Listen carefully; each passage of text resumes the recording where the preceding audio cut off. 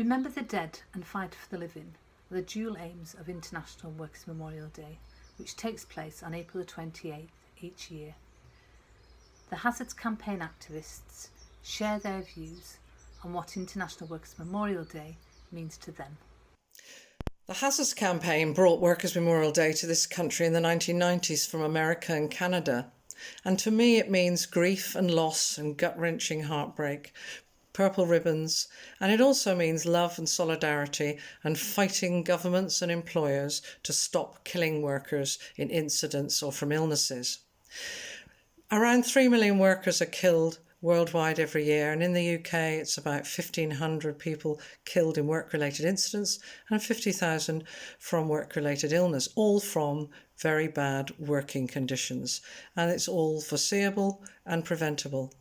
We can call it social murder or corporate killing at least, but not one of them is just a statistic. We remember them all, we name them, and we tell their stories. I especially remember Andrew Herbertson, Lewis Murphy, Andy Houghton, Michael Adamson, Sam Adams, Craig Whelan and Mark Wright, the loved sons and husbands of the brave people who set up Families Against Corporate Killers in 2006. Families have to fight with courage and bravery for justice through the investigation, the inquest and the trial, and frequently they only get paltry justice. They fight for the people they love because they count, and the employers who killed them must be held accountable, and the governments who let the employers get away with it must be held accountable. And generously, fact families also fight so others don't have to walk in their shoes. Workers fight too, for their own lives and health and for those of their families, their friends and their workmates.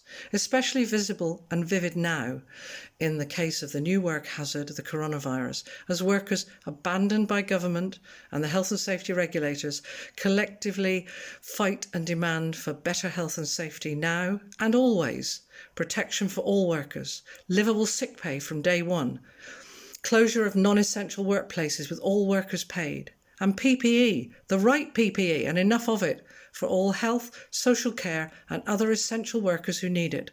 Work should not hurt, and it sure as hell shouldn't kill. We did not vote to die at work, so stop it. You're killing us, and we want decent jobs to create decent lives for all. Remember the dead and fight for the living. Doug Russell, Health and Safety Officer, Union of Shop, Distributive and Allied Workers. For me, International Workers' Memorial Day is summed up by the Remember the Dead, Fight for the Living slogan. It is certainly right that we should remember all those who are killed through industrial disease and workplace injuries. Even before the current pandemic, every year millions of workers die in this way. Deaths which happen hidden in plain sight, as it were, because they are normally not associated with major incidents, but happen regularly over the months, and therefore do not receive the public attention that they deserve. But the day is also an opportunity to promote the benefits of organised labour, working together to prevent the misery of disease and the pain of injury. Trade unions campaigning on better pay, for workers' rights and for protection against hazards can and do make a big difference. Whether it's the new threats that we will face as a result of the current pandemic crisis, or the well-established dangers of problems such as asbestos or the stress that is caused by poverty pay and exploitation, by working together we are stronger and we can ensure decent jobs for all. That is why, when we remember the dead, it's important that we never give up on fighting for the living. On Workers' Memorial Day, we remember that millions of people around the world are still killed for profit. We need to put people before profit. Remember the dead and fight for the living. International Workers' Memorial Day is another day when I have to lay flowers or light a candle for my 26-year-old brother, who went to work one day and didn't make it home. It's just wrong. So today I come together with other FAC families and we raise our voices for you to say that we don't want any other family to ever have to walk in our family's shoes. Please remember the dead, fight like hell for the living. International Workers' Memorial Day means a chance to remember those who have died because of the work they do.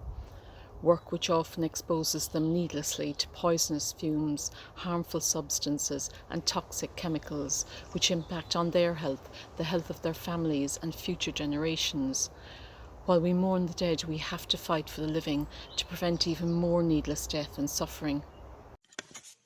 International Workers' Memorial Day is vitally important to ensure that we never forget the price that many workers have to pay for the health and safety failures of their bosses.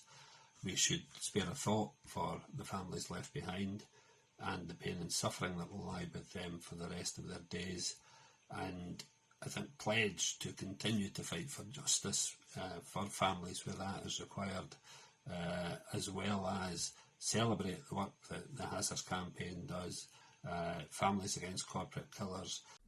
We should remember those who have died because of their work, and we should remember that these deaths are all preventable, and that health and safety is not about red tape, it's about saving lives.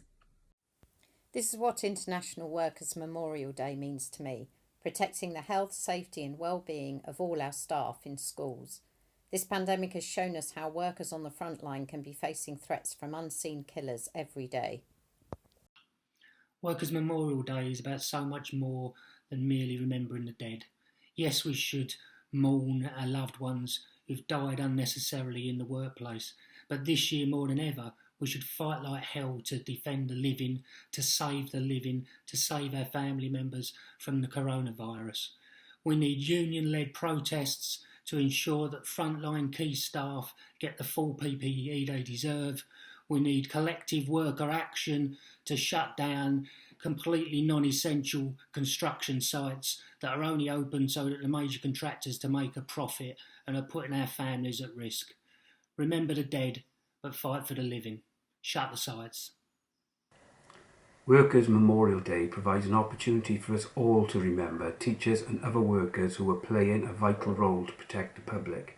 The NASUWT calls the support of everyone to observe a minute's silence to remember those key workers who have died due to COVID-19.